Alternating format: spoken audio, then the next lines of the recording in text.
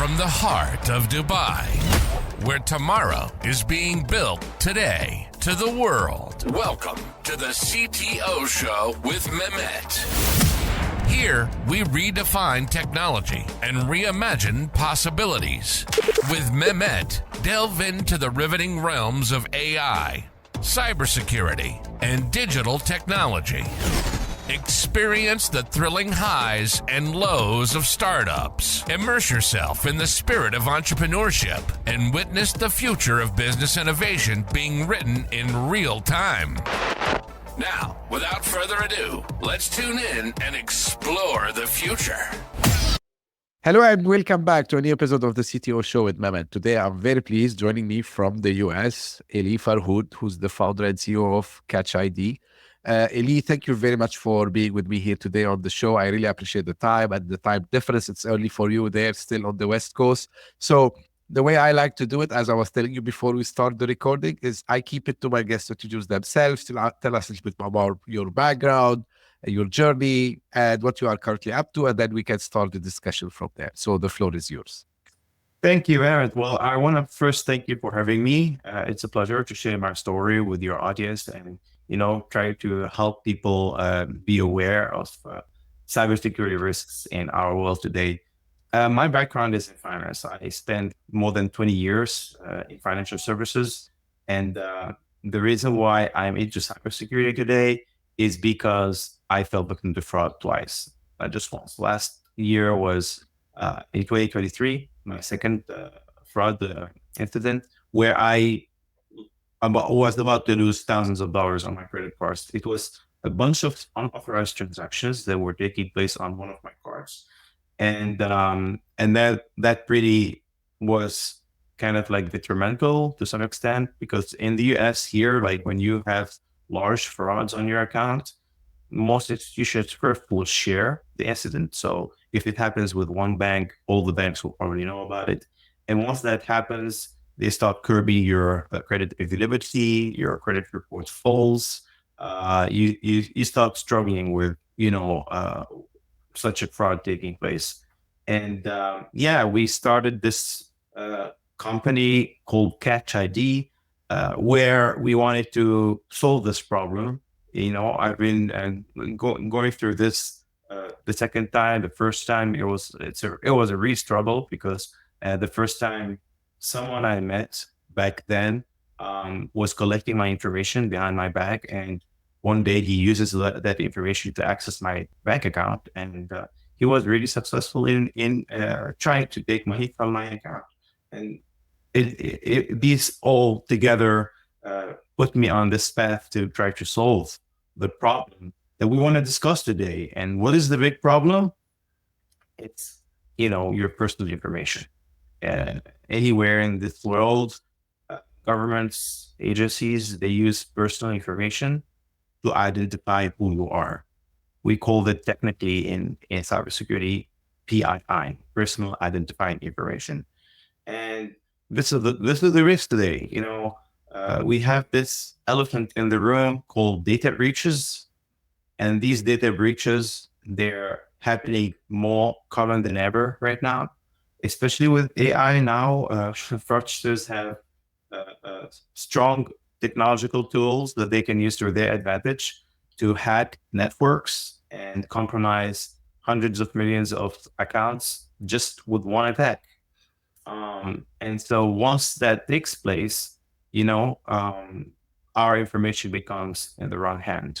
And this is what I really want to talk about today, and try to inform your audience about the risks of taking this lightly. Sure, absolutely. And thank you, Eli, for taking the time. I know how much it can get busy for you as a founder and CEO.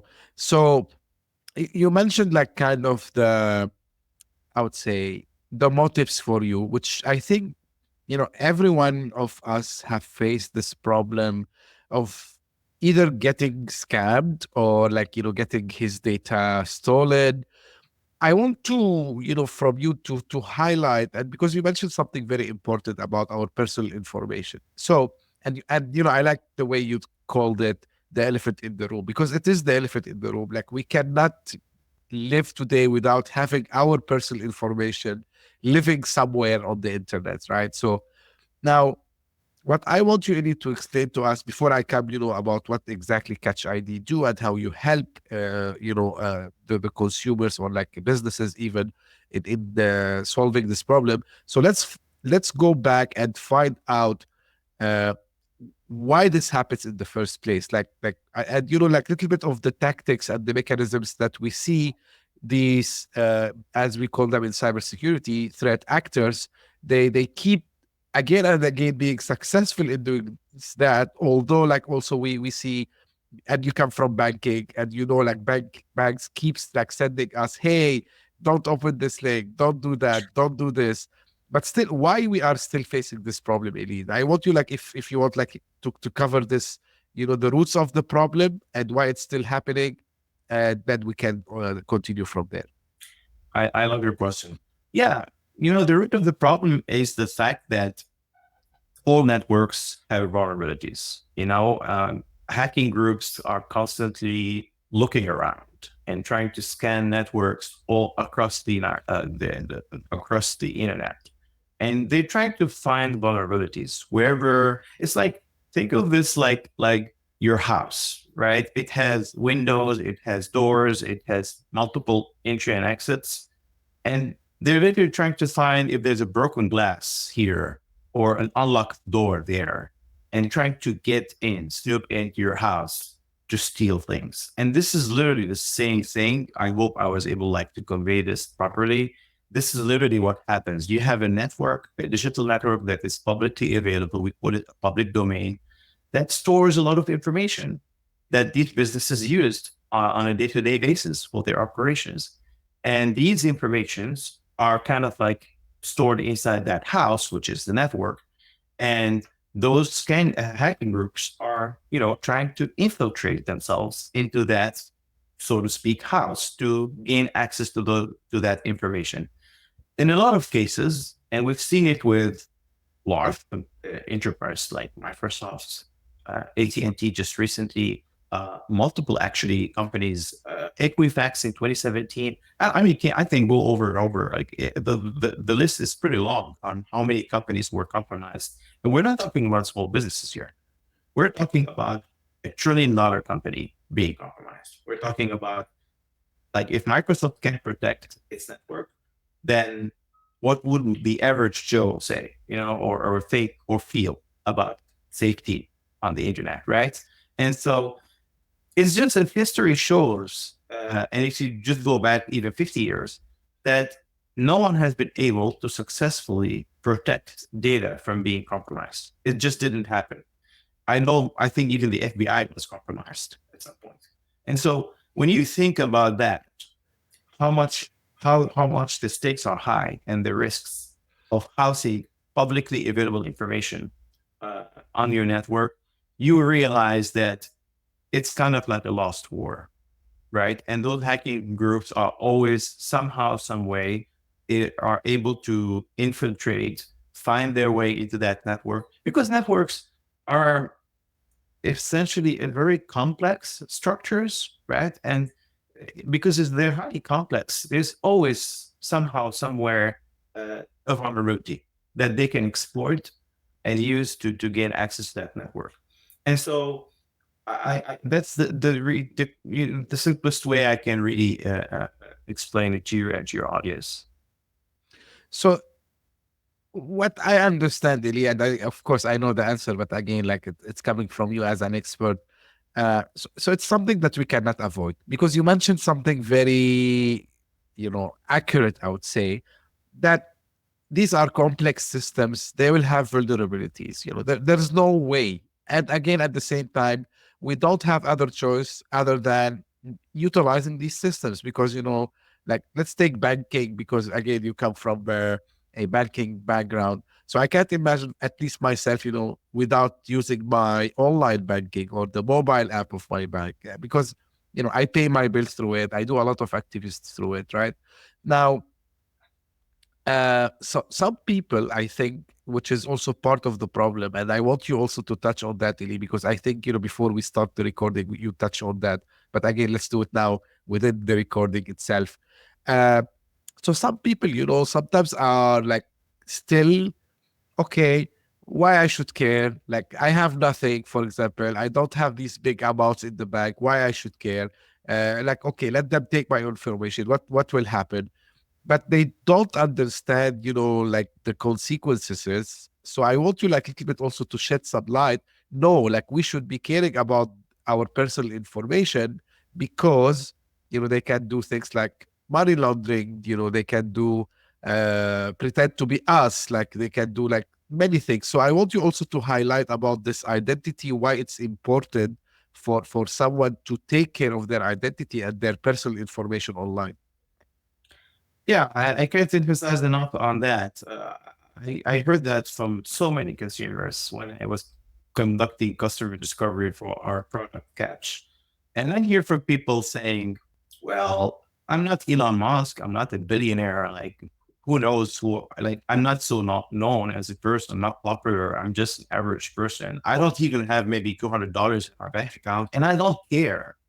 I don't want to really care. I don't want to care. I don't care if someone steals that information, because for me, it's just a hassle. And that's really the wrong approach to think of this, because whenever these data breaches happen, they're actually providing our sensitive information to hacking groups. And when they gain access to that information, what they do basically is either sell it or resell it. They either use it to conduct illicit activities, and they probably will, steal money from your account. So you have these three risks, and there are other more, of course, but let's just focus on these major three risks, right? You either get hacked because people want to steal money from your account, or people want to hack you by creating a fake account under your name to conduct illicit activities, or people are going to just resend your information and make money out of it. It's a business, literally. And so you can't just take that approach and say, well, I only have $200 in my bank account. Who cares about me? I don't have to take care of my personal information. And if they want to steal it, it's okay. Facebook has it. Like I've heard this so many times. Facebook already have my information, so I don't care. Yeah, that's the really right approach, because I was the guy back in the days. And what happened is that someone was collecting my information without my knowledge. And one day he called my bank, provided my personal information, and claimed my identity. And he was successful to access my checking account.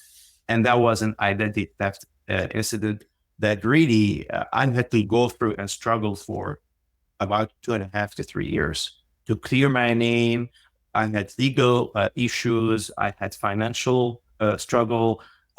It's just a mess. Identity theft is not something that you should take lightly at all. It can really ruin your life. And I can't tell you enough how much time consuming it is just to go through this. And so that's why we should take the security of our personal information very seriously, very, very seriously, because it's not a matter of if it's going to happen, it's more when it's going to happen. Because somehow, some way, every one of us will have some sort of identity theft.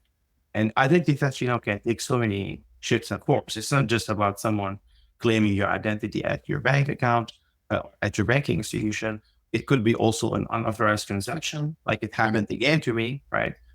With large amounts that can also wreak havoc into your life. It can be someone trying to, really try to compromise you in a way that they have access now to not just your information, that information provides them access to your business information on your device, provide them access to your personal and sensitive information, any kind of information that they can use. Because when your device is compromised, this is like a very clear example. They have access to everything, right? Your business email, your personal life, they have access to your contacts, to your friends. They can actually send emails to your friends and try to set them up. Your friend will probably take that email seriously and believe it just coming from you. Like there are so many ways they can do to cause harm, and you don't want to do that. You really have to be very careful. And so the right approach, in our view, and based on my personal experience, is that You want to do whatever it takes to protect your personal information from falling in the wrong hands. And I'm going to be very honest, it's a hard job. It's not an easy job. Right. And just, as small addition from my side, Eli, if you allow me. So people, because they always, and I think, maybe Hollywood made this, kind of stereotype. Oh, the hackers only are interested in stealing money, for example, or breaking into systems. But because you mentioned something, if someone managed to get, let's say, my government ID, right? So they can go and open, they can take a phone line. And then once they have the phone line, they can open maybe probably a bank account because they have all the information, right? And then they can take money, and either they will be doing money laundering, or they would be doing even something worse, God forbid. They would be supporting maybe like dangerous groups, or like terrorism or something like this. But all that is happening under my name, and this is the big issue now. So people, when they say, absolutely, let me give you 3 examples. Like sometimes we can be stopped by a cop while you're driving your car, right, on the freeway, and he tells you that you have a ticket, or you have some sort of fraud on your driving license, and they will apprehend you. They can take you to prison for that. Essentially, in some cases, you never did this bad act. It was someone who stole your driving license and did it under your name. Here's another example for finance. So I know someone, actually, this is a very, very, very, not, I would say, a very, like a story that tells you so much how bad things are. One friend I know, actually, his son had his social security compromised. He's just 5. And his son, was, going to college. And one day he learns that he has $50,000 of debt on his file, on his credit file. And they didn't know about it until that moment. So someone used their social security number to create an account and withdraw money under a loan from a banking institution. This is a 5-year-old, right? And so this is like, this example just tells you how bad things are. Here's another example where I've heard about it from my customer discovery while we were conducting research with the University of California to just discover like how big is the problem, why this is happening. Some people actually realized that someone used their information to conduct a surgery at a medical center, and they only learned about that surgery once they got the co-payment through the insurance. Just think of those examples, like how much personal information is important, and it represents who you are and how many people can exploit it in so many ways, like financially, medically, even as simple as stealing your driving license. And so when you think about personal information, you go back to square one. Okay, my information is compromised. The risks are that someone can use that information to create phony accounts under my name. They can conduct illicit activities, illegal acts for money laundering purposes in other vehicles.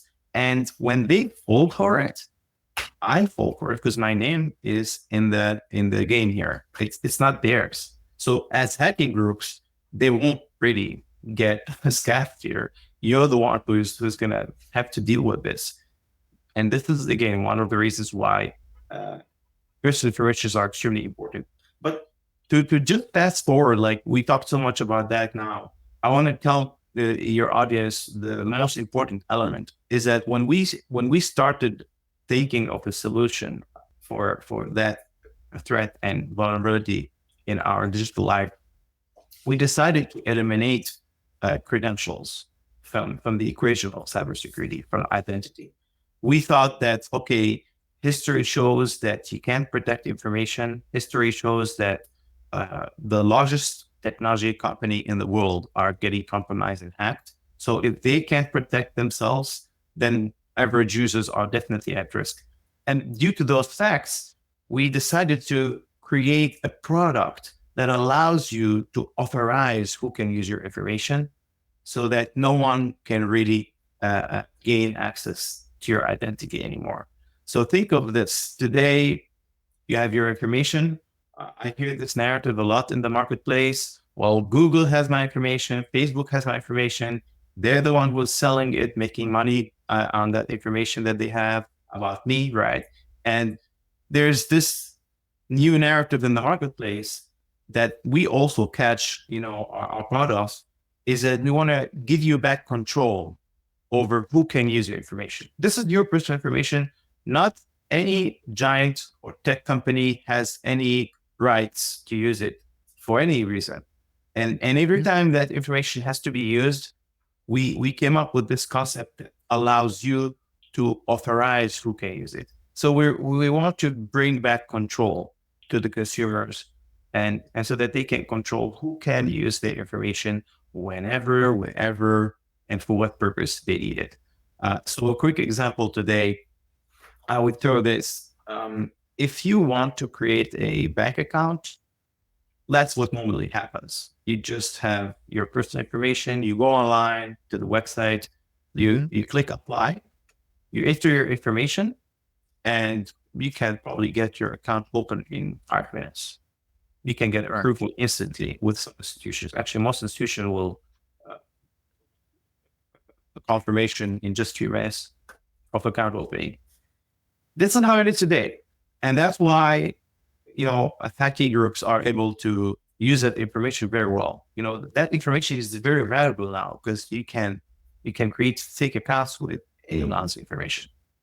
What we want to change is to give you back that control. Like, if this is your information, you have to decide who can use it and where they can use it and why they're using it. And so we created KatchID. KatchID is basically a hand scan on a smart device. It's a biometric signature. It represents who you are as an individual. And with that signature, you authorize who can use your information every time you need it so that no one can really take advantage of that data. So, Eli, how this is different from other biometric technologies, if you want to explain a little bit about that? That's a great question.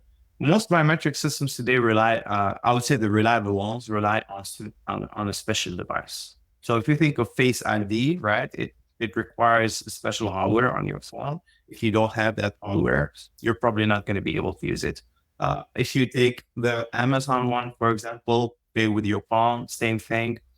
That convenience and that security is only available where the device is available.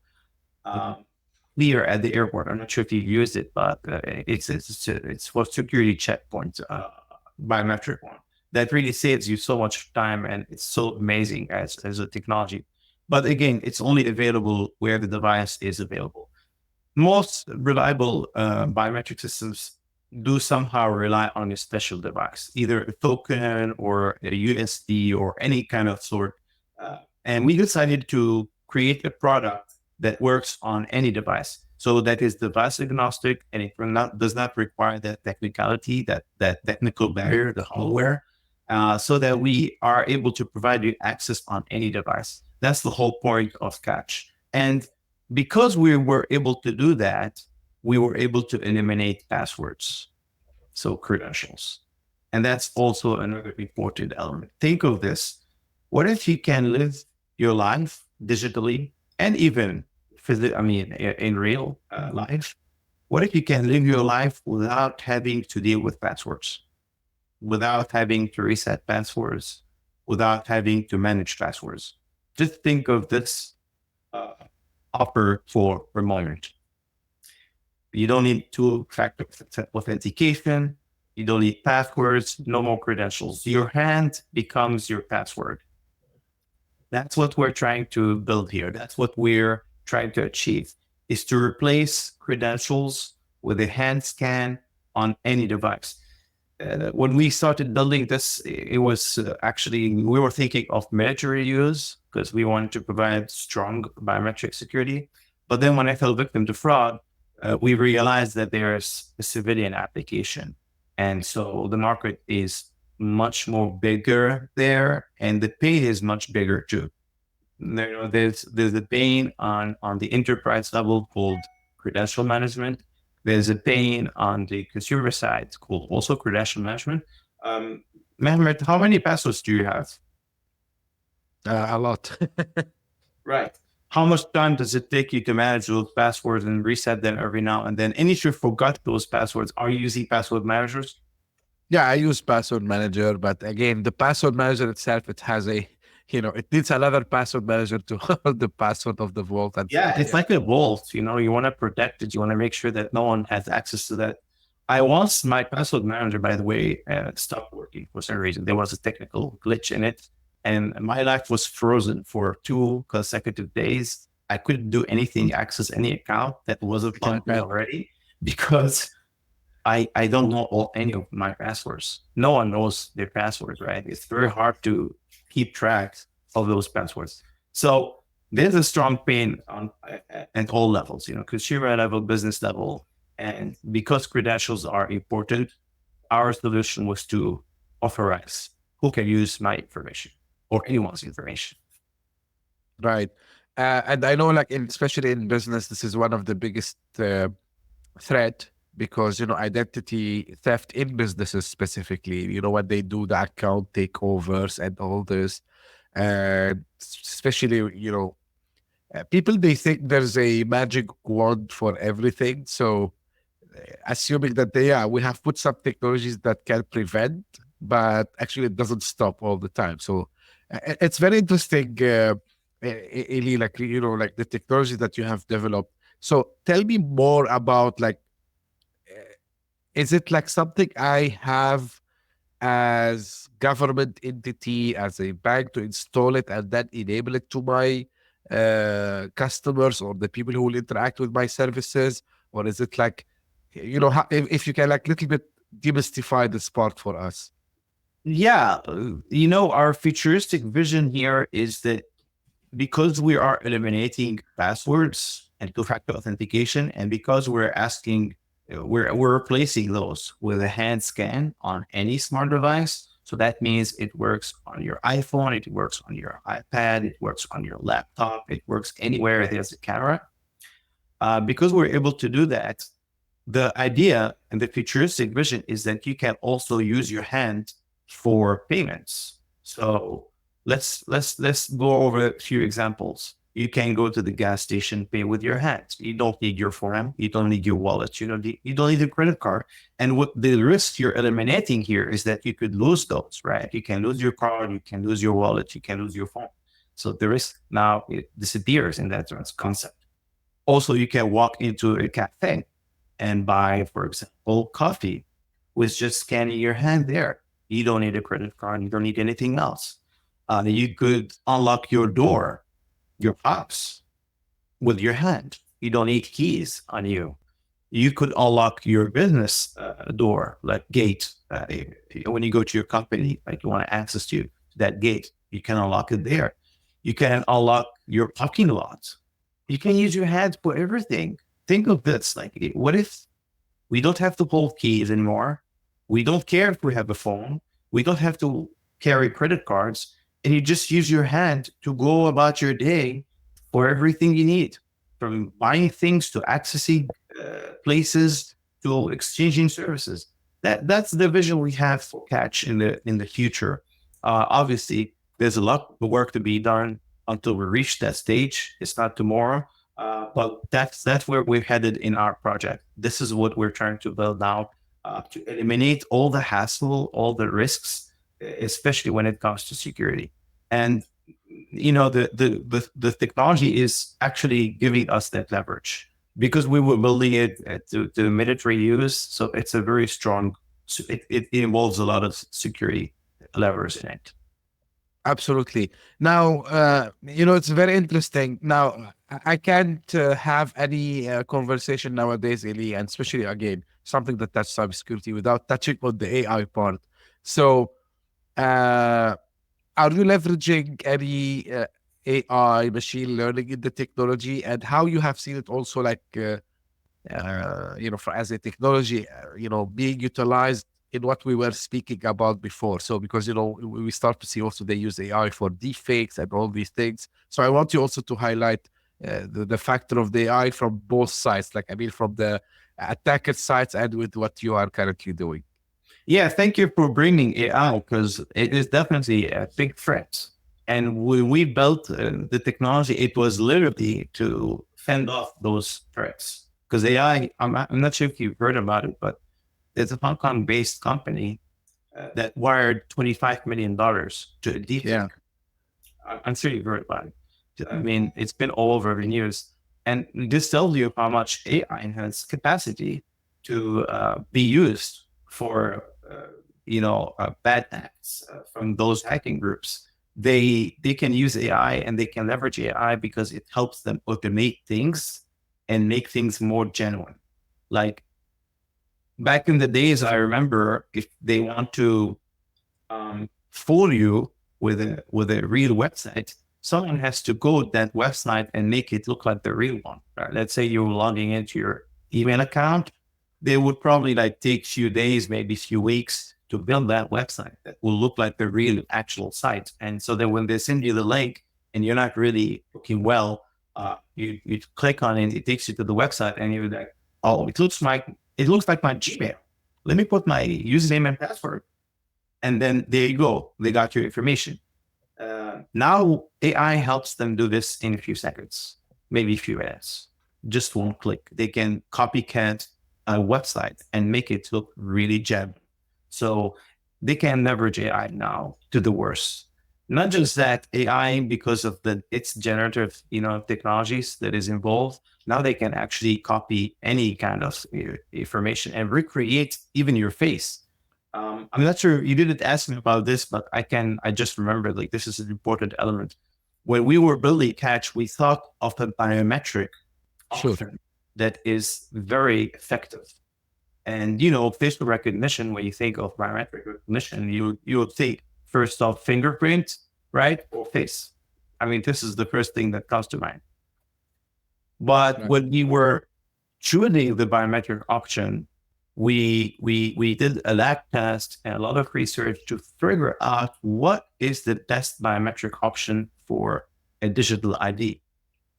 And we thought of the hand, based on our research. The hand turns out to be one of the best biometrics. And part of the reason is because it is not available. Like, for example, your facial data, your face is available on Facebook, is available on LinkedIn, is available all over the place. If now my face is available, I'm being hosted on a podcast show, right? So your face is accessible. The data is accessible, and that's not good. When it comes to fingerprint, it turns out that fingerprints are easily replicated using a 3D printer. Very easy, not very hard to replicate that. If you think of iris, same thing. The reason why those biometrics are not a good option is because there are static biometrics. What I mean by static is that 80% of that biometric doesn't change, right? My face will always look the same. While your hand has a strong advantage. It is really dynamic, you cannot 3D print that. So also your hand is not available on Facebook. That's why we call it a voluntary biometric, meaning you're the one who will show up your hand. No one can really. Here's another example. You can be walking down the streets. Cameras are all over the place. So for security reasons, like CCTV cameras, and they're capturing your face, but they're not capturing your hand.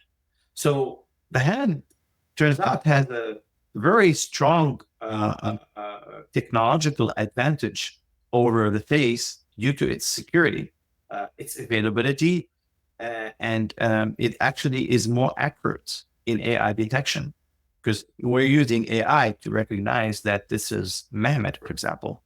Mm-hmm. On top of that, the hand also does not discriminate against people of color, races, which we've seen, with facial recognition. It's been a growing concern, and also is a private biometric. Like, I think because you're telling me you're based in Dubai, I was thinking, okay, I've been in Dubai, I worked there for many years, and I know that people have privacy concerns showing their faces, especially locals in the Arabian Peninsula. Like they don't have to show their faces. Like for them, it could be cultural, it could be religious. I'm not sure exactly why, but people don't like to show their faces. It's a very private part of them. They want to keep it, undisclosed. So without the hand also would be more receptive by the consumer, especially in those geographies. So yeah, I think the hand is one of the best biometric options that any system can use for identification. And we have already Amazon. I mean, I'm not sure if you've seen Amazon, but Amazon has built like a hand recognition where you can pay with your palm. And you're probably going to ask me like, hey, how are you different from Amazon? And the quick answer is we don't need a special hardware. That's the difference, really. It's the same amount of security, even better. But talking about the logistics here, the fact that we don't need a hardware and it works on any smart device, that makes it very, very advantageous for the consumer because you will get that convenience anywhere. We have 3 pillars, that we were focusing on when we were building Catch. The first pillar is convenience.